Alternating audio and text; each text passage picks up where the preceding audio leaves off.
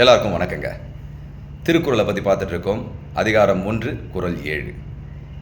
தனக்கு உமை இல்லாதான் தாழ் சேர்ந்தார் கல்லால் மனக்கவலை மாற்றல் அரிதுன்னு சொல்கிறாரு திருவள்ளுவர். தனக்கு உமை இல்லாதவன், அதாவது தனக்கு நிகர் இல்லாதவனுடைய பாதத்தை பணிந்தோம் என்றால் நம்முடைய மனக்கவலைகள் எல்லாம் மாற்றிடலாம். ஆனால் அவனுடைய பாதம் பணியாதவர்கள் மனக்கவலையை மாற்றல் அரிதுன்னு சொல்கிறாரு. ஸோ இங்கே ஒரு விஷயத்தை பார்த்தீங்கன்னா, அவருடைய பாதம் பணியலைன்னா நமக்கு எதுவுமே நடக்காதான்றதுன்னா அந்த அர்த்தத்தில் அவர் சொல்லலை. என்னன்றதை இப்போ பார்க்கலாம். வல்லவனுக்கு வல்லவன் வையகத்தில் உண்டுன்றது நம்ம உலகத்துடைய பழமொழி. இப்போது நிகழ்மொழின்னு கூட வச்சுக்கோங்களேன். ஆனால் எல்லைகளுக்கு உட்பட்ட நமக்குத்தான் அது. எல்லைகளுக்கெல்லாம் அப்பாற்பட்டு எல்லைகளை உருவாக்கியவன் அவன். பிறப்பும் இறப்பும் அற்றவன் அவன்.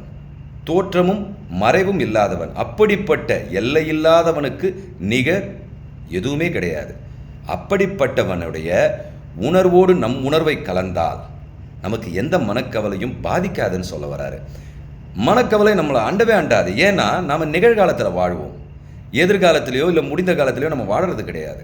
நிகழ்காலத்தில் இருக்கும்பொழுது எல்லாமே சரிவர பண்ணுவோம். அந்த கடவுளுடைய உணர்வோடவே இருந்துக்கிட்டு எது பண்ணணும்னு நமக்கு நல்லாவே தெரிய ஆரம்பிச்சிடும். அப்போது எதிர்காலத்தில் வரக்கூடிய மனக்கவலை நமக்கு எப்படி வரும்? ஏன்னா நம்ம இறந்த காலத்தை நினைக்க போகிறதே கிடையாது. ஏன்னா முடிந்து போன காலம். ஆனால் அவருடைய பாதம் பணியாதவருக்கு கண்டிப்பாக மனக்கவலை வரும்னு சொல்கிறாருன்னா அது அந்த அர்த்தத்தையும் கூர்ந்து கவனிக்கணும். அதாவது அவருடைய உணர்வு இல்லாமல் இருக்கிறவனுக்கு என்ன நடக்கும்னா, எல்லைகள் உட்பட்டு கடந்த காலத்தையும் எதிர்காலத்தையும் நான் நினைப்பானே தவிர நிகழ்காலத்தில் வாழக்கூடிய தகுதியை இழந்துருவான்.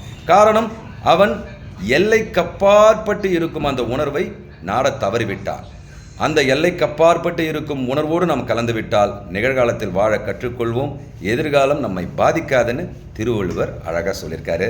இனிமே நாம் எல்லைக்கப்பாற்பட்டவனை நம் உணர்வோடு கலந்து எல்லை இல்லாதவர்களாக மாறுவோம். நன்றி, வணக்கம்.